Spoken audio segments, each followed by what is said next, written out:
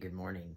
It is Thursday, October 13th at 9:47 in the morning. I said I'd be doing some topical videos. The day-to-day documenting the recovery is boring because recovery is boring, but I'm just kind of getting back to regular life or figuring out what regular life looks like now. But either way, this is the first of them. I've been asked a few times why I chose phalloplasty over having metoidioplasty, or meta, as it's commonly called. For a while, I had talked about my thoughts on lower surgery and was leaning towards meta most of the time. So I see why people are questioning it, and in general, hopefully this could help you if you are also trying to decide between the two. If you haven't followed my journey, if you're new or you're not familiar with what these terms mean, a metoidioplasty, I believe it comes from a Greek origin, and it means like towards male anatomy. So it takes what a transmasculine person has already developed on T. So I've talked a little bit in previous videos about how what is the clitoris in a female-bodied person grows on testosterone. So they take that T-dick, that growth, and then they release the suspensory ligament, which both people assigned male and female at birth have, and so they release it, allows the smaller penis to hang more freely. You can also choose to get a vaginectomy, scrotoplasty, and urethral lengthening, so you're still able to be standing up with it. And then a phalloplasty, of course, refers to the creation of an adult-sized male phallus with the help of a donor site and skin graft. So that is just a quick run through, and here are 7 reasons that I picked phalloplasty over meta. I've been documenting my transition on here a while.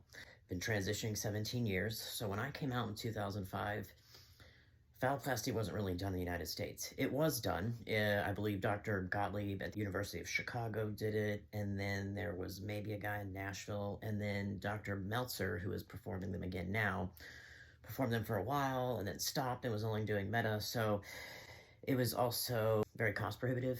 You know, like the doctor in Chicago was over like $100,000. It was not something covered by insurance at that point. In Europe, it was more of a standard procedure.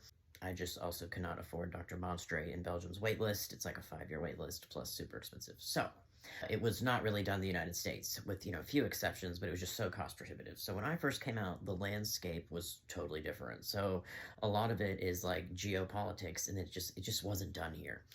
So I don't have access to it. So that's the first one, not having the money for it, and it not really being something done commonly in the United States. It's still not a very common procedure, but there are multiple teams now in different regions of the United States performing phalloplasty. So also like Dr. Leese and stuff were performing it, and Dr. Rumor, and so it just was something that was out of reach for me. So I focused on something that I could get and that I could possibly eventually afford, which at that time was metoidioplasty. The second reason is mental health. It's ironic, the circle of life. Dysphoria was the root of my mental instability, but yet, because of that, I couldn't get it together to get this surgery. It was also just like living in California, just a lot of life things just was not available yet. But I knew it was something I wanted to work towards, and then it started becoming more widely available, more teams started to do it. So, mental health is something I've always struggled with. I've been pretty open about it. Depression and anxiety have been no stranger to me. I think I mentioned in my last video, managing my mental health is a full-time job. Thinking of taking on such a huge surgery like phalloplasty was daunting, it was scary, and I had a lot of fear. Also, under the bracket of mental health, executive dysfunction.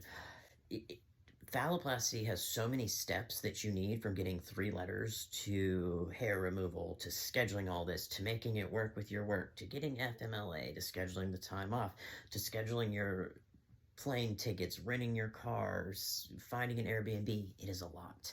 It's overwhelming. I literally spent 1 year of my life planning and then having phallo. That will also be another video, my phalloplasty timeline. So a lot of mental health had a lot to do with it. I was scared. I was scared of the recovery. Where will my mind go? I was scared of being laid up this long. And it's not fun, but it's also not the worst thing. And I did a lot of mental prep for it. And I'm glad I waited and was ready and had meditated on it, because 10 years ago, I would have gotten through the surgery just fine, but mentally wasn't prepared for it. So it sucks. We should have been born with penises, but you have to get to that state of mental, emotional, and spiritual preparedness. And I just was not ready. And it also, there's a lot of waiting. So even if you are ready, sometimes you still have to wait 2 to 4 years for a consult. This has taught me a lot of patience. But yes, mental health was another big reason that I was choosing to have Meta over Phallo. It's less intense, though still quite a recovery, and people have all kinds of complications with Meta too. So not downing on Meta, no shade there at all. I just was not as scared of it as Phallo, to be quite honest. So that's my second reason. The third kind of plays a little bit to the last one. Fear, executive dysfunction.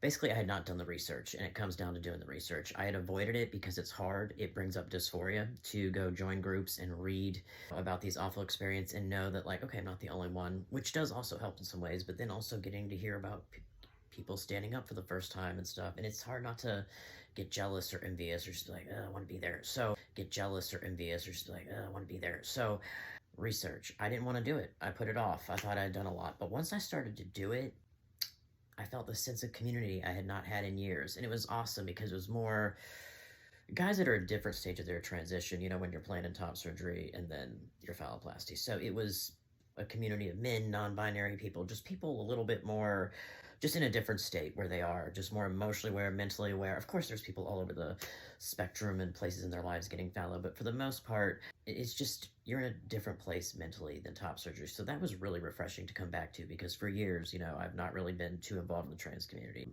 My father died, so I wasn't really, well, I didn't do YouTube at all, don't Instagram too much, but yeah, I just didn't want to do the research. But then I was pleasantly surprised. Like, my dick looks great. So many dicks on Trans Bucket looks great. Phallo has come such a long way. It was good. It was good that I pushed myself. Instead of making me dysphoric, which it did sometime, I educated myself and became really comfortable with the procedure. So part of it was like truly me just being a stubborn ass and avoiding the work and the research that needed to be done. So eventually got to be like, all right, put on your big girl panties and do it. The fourth reason is the cost. It's super financially, it's an expenditure. I knew I wanted it, so I'd say for years. I don't have a partner. I don't currently have any of my own pets. I love my family's pets and then my roommate's pets. But what I'm saying is I don't have any expenses beside myself. I've been able, you know, to devote my own resources to that pretty much solely without taking away. Because I've seen, you know, vlogs from guys who just talking about having to support their kids and their wives, and they feel guilty taking the money for their lower surgeries. And I get that, but I am in a place where I don't have that. The cost can be super prohibitive. In fact, once the insurance covered what it did, most of my savings and went to the Airbnb, so it went to my accommodations, it went to the lodging, and then the food. It's just like a big mountain to climb, and I don't make, you know, I make okay money, but I'm not like, I'm just someone that has a lot of money at my disposal. So it took a while to save up, but it's worth it to be comfortable where you are, to have a nice Airbnb, to be able to eat healthily and get the food you want. But yeah, the cost is so much more expensive than Meta, and there was a time when I thought I would have to self-fund it, and I thought there was no way I would be able to afford Phallo. So the cost is it's a huge barrier for a lot of people. The fifth is recovery time. No matter what lower surgery you have, it's going to put you out of work for like 6 weeks. And then the more you have done, like if you have vaginectomy, especially if you have urethral lengthening, it can be a lot, especially if you have complications. I should say recovery and complications were something that scared me. I knew you could have bad complications in Meta, but I guess the real horror stories came from the phalloplasty videos and posts I've read. It's also a lot of time to be off. I've mentioned my mental state is a full-time job, so I thought laying here alone for 6, 10 weeks, whatever, or if complications had me for a year or more, you know, I've seen people have things go on for 4 years, and so I had to really ask myself, like, Charles, if you have problems for that long, will you be able to do it? Would it still be worth it to you to go through this? And the answer was always yes. So the recovery time was really scary. It's daunting, but one of the major things you need to do is build a support network and know what you're going to do in recovery, whether that's talking to a therapist, reaching out to friends, doing Legos, whatever, keeping your hands busy, or binge watching Netflix. And a lot of the things I thought I would do, like binge watch TV, I did not do. So recovery was something that was also daunting, and it just seemed slightly easier with Meta, though I have not had Meta, so I'm sure someone can tell me how wrong I am. But just in general, you know, if you're giving up donor site, and just you have more wounds on different parts, on multiple parts of your body, versus meta, it's just pretty much located here. So still a lot though. So I'm not down on meta at all. This video is not to down meta at all. If you have chosen meta, I think that's amazing. We all have to make choices that are right for our bodies, and this is just why I went with Phallo. The sixth reason is size. While I had had a consultation for meta with Dr. Bowers years ago and actually dropped my pants for her, she said I would have a good result.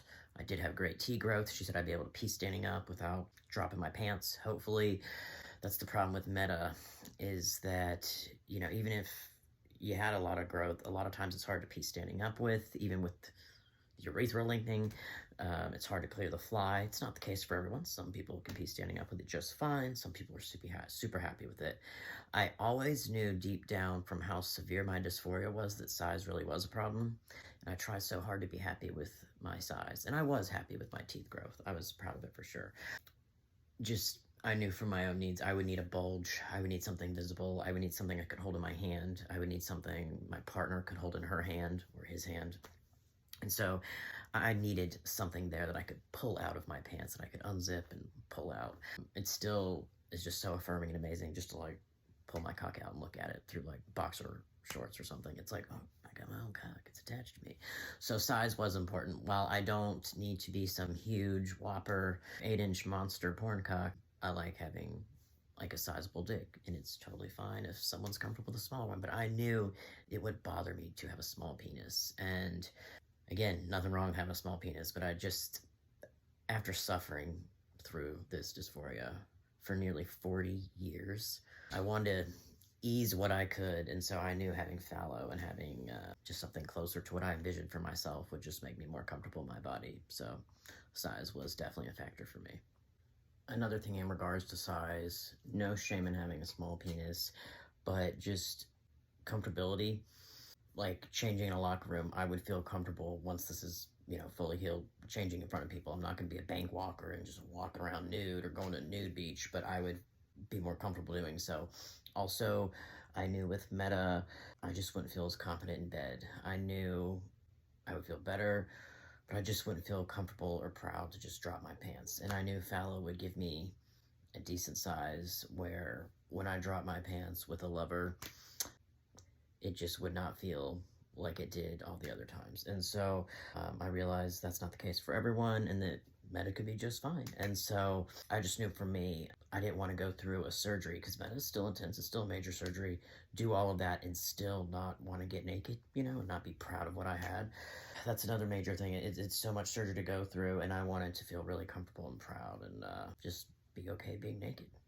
The seventh reason is functioning. Number one goal with phalloplasty was to be able to pee standing up, and I can do that. And then penetrative sex, can't do that. Dr. DeLeon was like, do not try to penetrate anything, even with wrapping it up in gauze or Coban or whatever it's called, putting 2 condoms on. A lot of people, before you get your erectile device, whether it's the rod or the pump, they try to penetrate. And she said, just don't do it. It could strip your urethra and make it bleed. And I was like, no, thank you. So I don't have a partner right now either, or someone I'm currently fucking, which I don't even really feel like doing because I'm still so tired from surgery. But I wanted something that I could most definitely use for sex. Like, I could penetrate with my T growth, with my enlarged clitoris, whatever. I hate to call it that, but some people just need that who are coming to this who don't have a trans background. While I could penetrate, was pretty sure I could penetrate a little, I wanted to be more, just feel intimacy in a different way and be inside a woman just completely, and, you know, really feel my cock in there. And yeah, that was important to me. So it was important for intimacy, for penetrative sex. And then definitely peeing standing up was like my number one goal, huge source of dysphoria for me. And at least I have one of those. I can get the erectile device in 9 to 12 months, and I want the pump, not the rod. That could also be a video, but I'm starting to do my research into stage 2, which at the Crane Center is testicular implants as well as a pump or rod. I'll talk to Dr. Santucci about that on December 9th. We'll see what he says.